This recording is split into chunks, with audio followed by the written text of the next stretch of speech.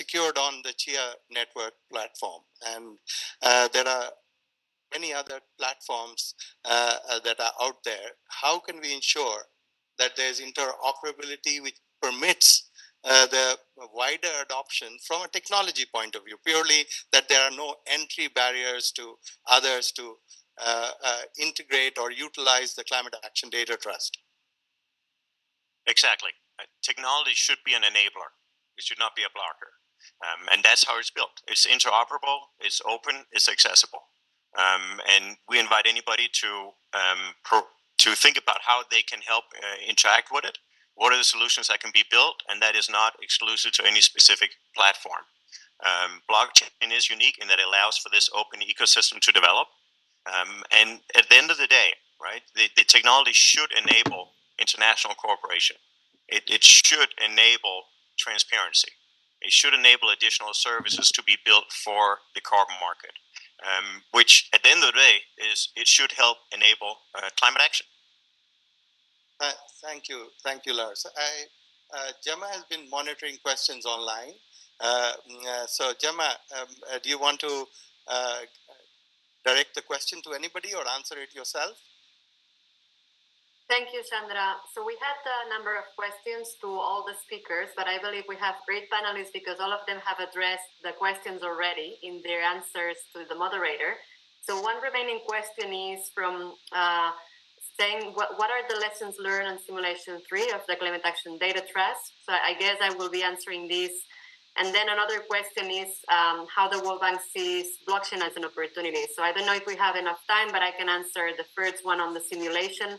So basically, the main feedback that we got from country registries, independent standards, and other broader carbon market participants is that indeed the platform provides this enabling the transparency and the data sharing.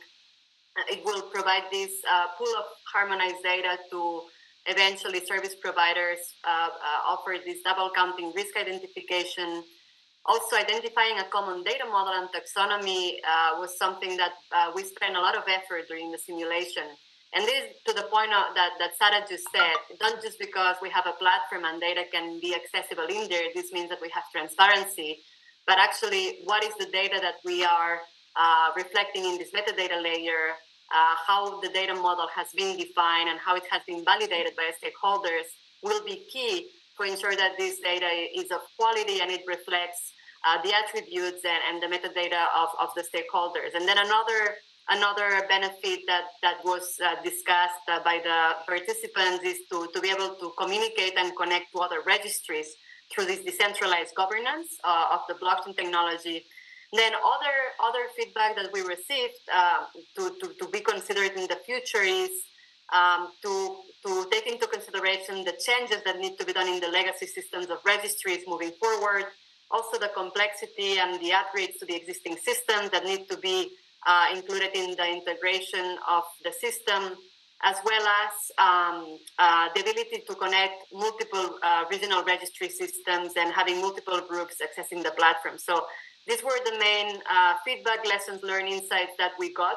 And I believe that our colleague Andrea has posted the link to the final report that the World Bank published on the simulation 3. So feel free to check it out. Thank you. Over to you, Chandra. Thank you. As we are out of time and we need to wrap up, I wanted to give each of the panelists 30 seconds to either say concluding thoughts or mention anything that we've forgotten to cover in our discussion this morning. So start with Ben.